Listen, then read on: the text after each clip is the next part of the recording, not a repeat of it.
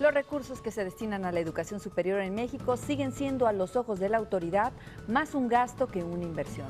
El presupuesto federal por alumno disminuyó el 2% en términos reales, dato que podría pasar pues quizás inadvertido porque en los últimos 10 años se han registrado 54,000 millones de pesos para la educación superior, debido a que el Ejecutivo Federal ha propuesto proyectos de presupuestos inferiores a lo aprobado. La situación presupuestal de la educación superior en México no es solamente un pendiente más en la actual legislatura federal, sino un lastre que dificulta el desarrollo de las generaciones de nuestro país. ¿Tiene usted dudas sobre el presupuesto? Pues aquí vamos a hablar al respecto.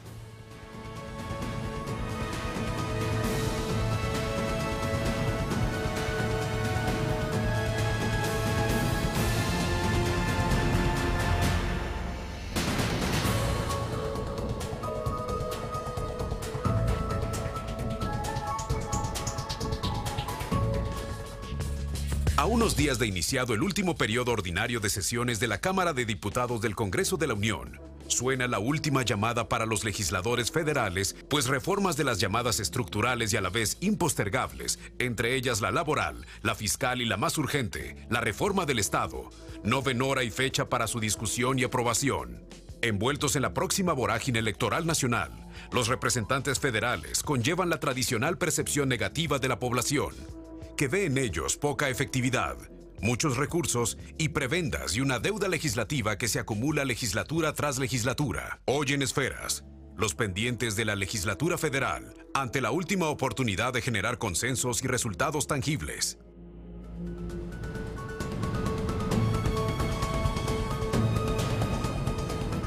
Esferas le da la bienvenida a este ejercicio de análisis y reflexión y hoy le estamos con el diputado federal Trinidad Padilla López, quien encabeza la Comisión de Educación de la Cámara de Diputados y con quien vamos a abordar este tema de la agenda en cuestión de la última legislatura federal que tenemos en este momento. Diputado, gracias.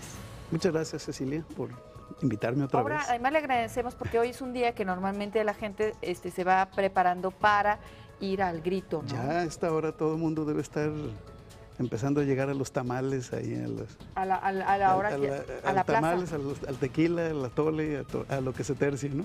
Pero yo creo que si somos patrióticos tendremos que pensar que una parte importante de los mexicanos para superación y para salir adelante es la educación. Y es un punto que es visto como un lastre, ¿no? Mira, no creo que sea tanto como para que lo vean como un lastre. Simplemente no se le ha visto como una prioridad. Y sí es lamentable. ¿Qué tanto en esta legislatura han trabajado para que esto mejore en el país? Mira, se han impulsado una serie de, por una parte, una serie de reformas diversas, ahorita me voy a referir a 2 o 3 de ellas, y por la otra, por lo menos, pues yo creo que ha habido una actitud, ya no digamos que sí de avance, por lo menos de resistencia, ante los recortes que ha venido experimentando, por lo menos en los últimos 2 años, el presupuesto para la educación en la propuesta que envía el titular del Ejecutivo. En el primer año de esta legislatura, el recorte era de alrededor de un 6% con relación al del 2008. Para mucha gente podría decir esto es mínimo, pero son millones de pesos. Eran 14,000 millones de pesos. Finalmente logramos revertir esa tendencia, pero hay una práctica un poco perversa en este asunto.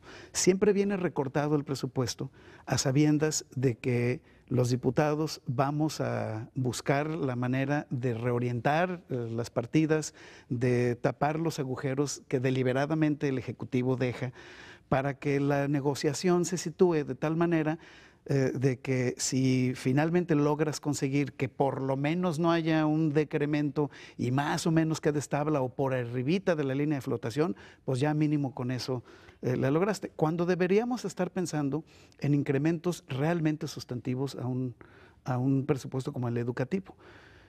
La semana pasada, a inicios de a inicios de esta semana, un periódico de circulación nacional, el Reforma, publicó un breve análisis así muy somero del paquete recién entregado por el Ejecutivo. Y ahí, en términos generales, lo estamos analizando ahorita en las diferentes comisiones ya en cortito, pues se veían las disparidades, ¿no? Mientras que una dependencia como la Secretaría de Gobernación tenía un incremento de alrededor de 40 y tantos %, la PGR un incremento de 23%, la Secretaría de Hacienda de 10% de incremento, la propia Presidencia de la República de un 7 y pico %. Educación venía en un incremento de solo en el 1.9, formal, el 1.9.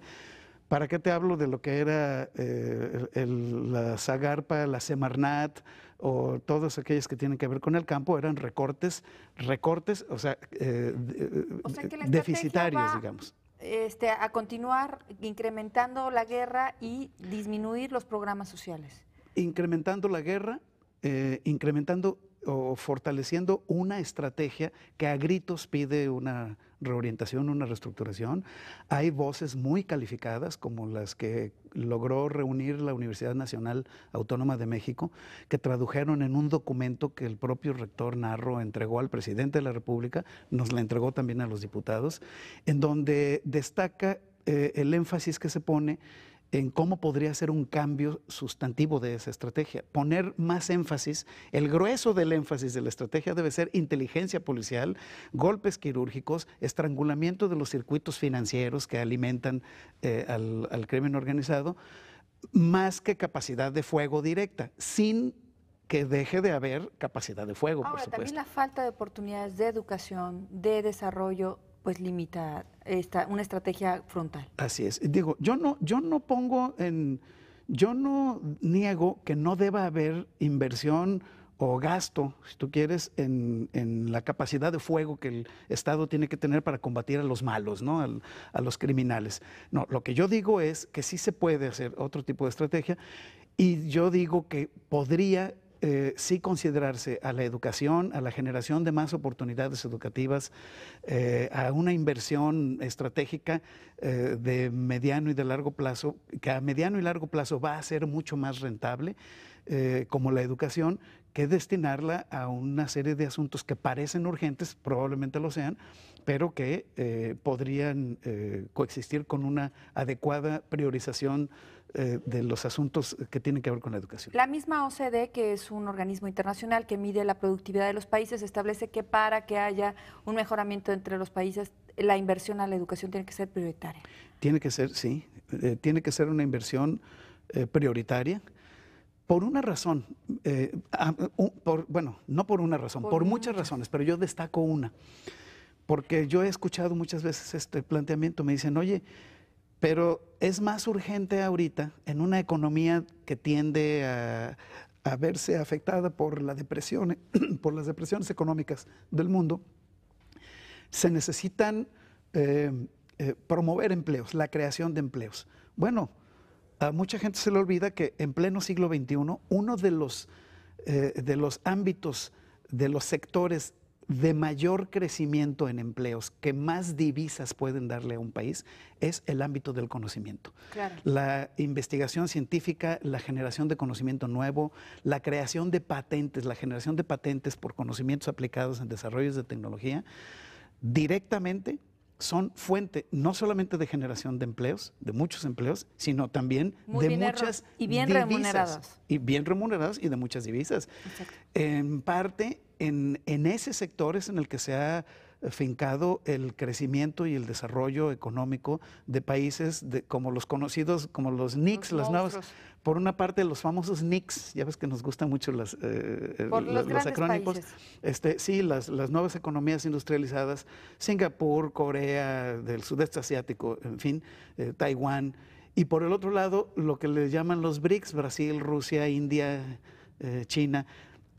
Esto es, la India, por ejemplo, es exportadora de conocimiento. Ahorita vamos a hablar sobre la importancia que tiene que la educación básica no sea nada más la primaria o obligatoria, sino que exista otro nivel, y una iniciativa que traen precisamente en el Congreso, ¿no? Sí, bueno, que ya fue aprobada. Ahorita le platico. Sí, de la educación media superior. 36-36-14-44, 36-56-34-44. Está en el estudio Trinidad Padilla López.